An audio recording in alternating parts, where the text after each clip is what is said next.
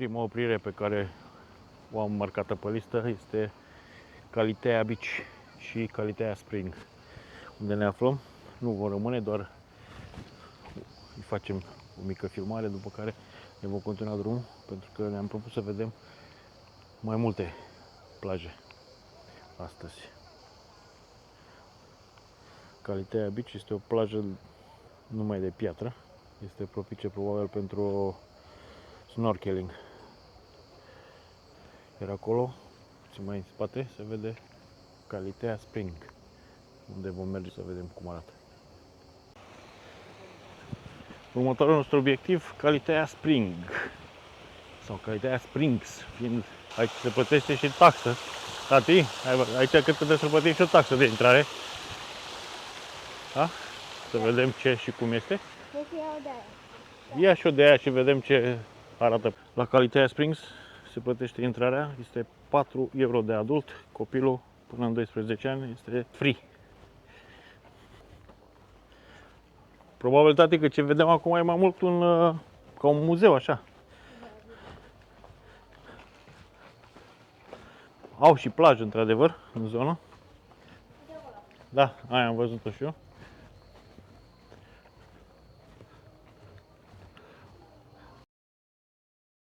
Deci la Calitea Springs au și o plajă super bine amenajată, dar este de pietricele mici.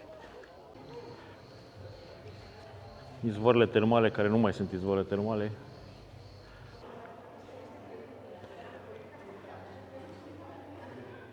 Așa că dacă tot am plătit 4 euro, măcar să vizităm de toți banii. Să vedem ce mai oferă. De fapt, nu oferă nimic, tati, te duce către plaja cealaltă. Ai o plajă?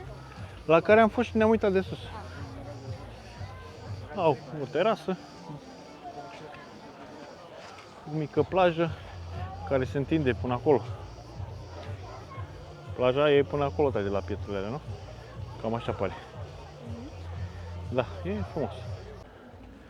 Deci în 4 euro mai e de văzut, nu e chiar așa simplu de plecat și gata. De fapt, banii pe care i-am plătit sunt reprezentați prin asta de aici.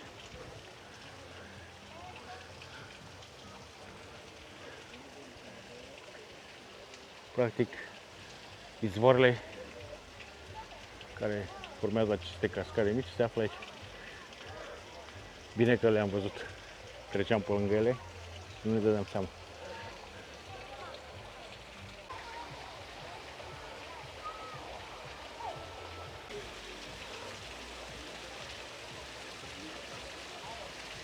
Da, e ceva frumos. Aceste două izvoare care se pot vedea. Unul aici, care e sus, practic izvorăște dintr-o piatră. Ce puțin așa îți dă senzație aici. Iar al doilea se prelinge așa, de piatră.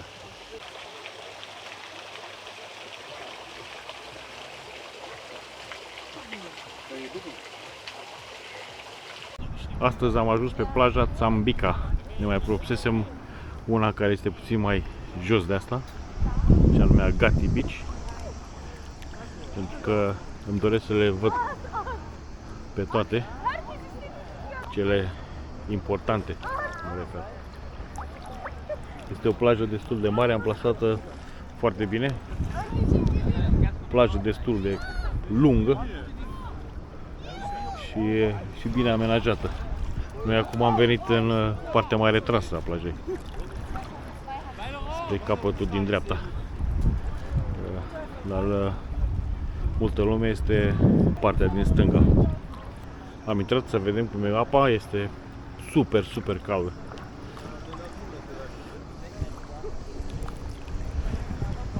Deci la piscina de la hotel era mai rece decât asta. Asta este foarte, foarte cald. Avantajul plajei este că are intrare lină în apă și cu nisip. Avem și o mică bucățică acolo pentru domnii nudiști și doamnele nudiste.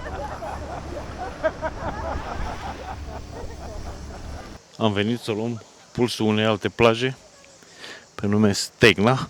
E o plajă care arată binișor, spre bine. Singurul inconvenient la plaja asta e că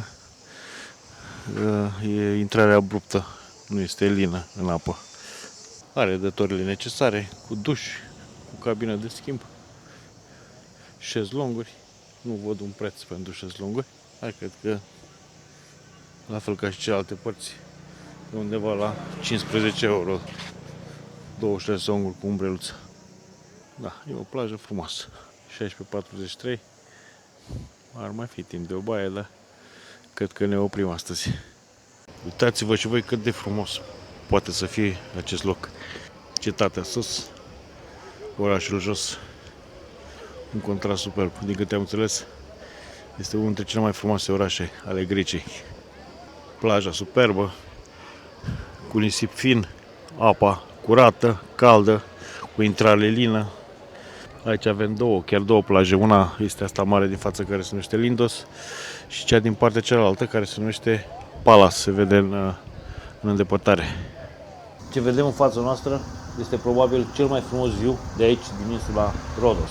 Este vorba despre satul modern sau orașul Lindos, deasupra căruia se înalță, așa cum vedeți, măreț, Acropola din Lindos. O citadelă naturală care a fost fortificată succesiv de către greci, de romani, de bizantini, de cavalerii Sfântului Ioan, în cele din urmă de otomani. Următoarea plajă, următoarea destinație, St. Paul's Bay. O altă plajă superbă din toate punctele de vedere. Acum suntem pe plaja din golful St. Paul, aproape de Lindos, cu alte cuvinte undeva pe partea cealaltă a satului sau orașului Lindos, unde avem o plajă naturală, dar amenajată artificial, în sensul că este terasată pe 3 nivele pentru a pune șezlongurile cu nisip, care a fost adus probabil. Nu avem aici putea face parte din acest mediu al plajei, pentru că plaja este cu rocă multă, cu piatră. La fel, la nivelul apei au pus un strat de nisip care se întinde și în apă pentru 1,5 m, 2 m, după care se intră în mod natural pe piatră. Dar ca plajă este foarte ok. Da, am rămas foarte surprins. Așa că vin și eu să mă manifestare, ha? Da. Aș vrea să mă șur la fel. Mireasa cu tot alaiul nu erau din Grecia, erau englezi. Și pentru că tot ne aflăm aici, vom rămâne și să facem și noi o plajă pentru câteva ore, bem un suc, o bere, după care vom vedea unde vom mai merge. O bisericuță unde au loc evenimente private. Chiar acum se petrece un astfel de eveniment. Și am ajuns și în zona în care incendiile din Rhodos și-au făcut de cap. Suntem în zona Lardos, aproape de malul mării, unde totul este ars în jur. De o parte și de alta drumului, chiar până pe malul mării.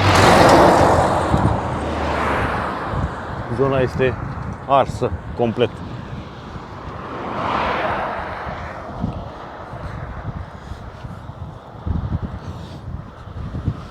Chiar nu mi-am închipuit că poate fi un incendiu așa de puternic. Departe încolo, pe toată suprafața dealurilor care se văd, totul este ars complet. Localnicii au încercat să facă câte ceva, au plantat niște copaci. Da, impresionant. Plaja Ladico, asta din dreapta de aici, și practic Queens Bay-ul care este în stânga. Noi o să mergem pe plaja din dreapta pentru că are și puțin nisip, putem să facem și puțină plajă, eventual și o baie, două în mare. Vedem. A doua zi în insula Rhodos și prima baie în mare pe care o fac. Sunt pe plaja Ladico. Am venit pe asta pentru că Are puțin nisip.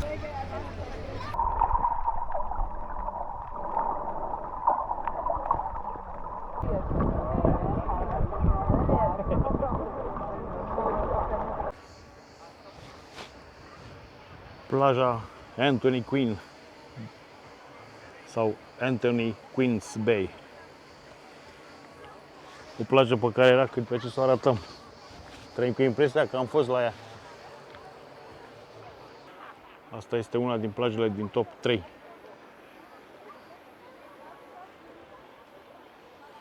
Este o plajă superbă.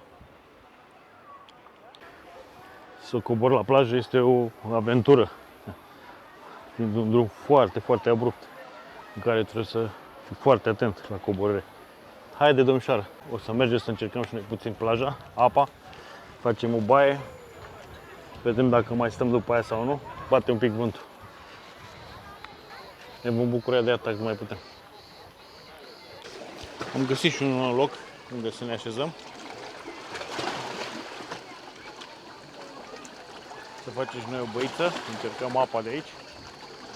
Sper să avem o zi frumoasă. Ultimele cadre de aici, de pe plaja Anthony's Quinn Bay.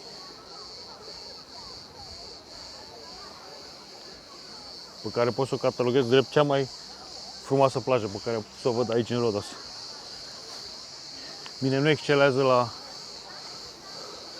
ca plajă că e de pietricele, dar în schimb e superbă.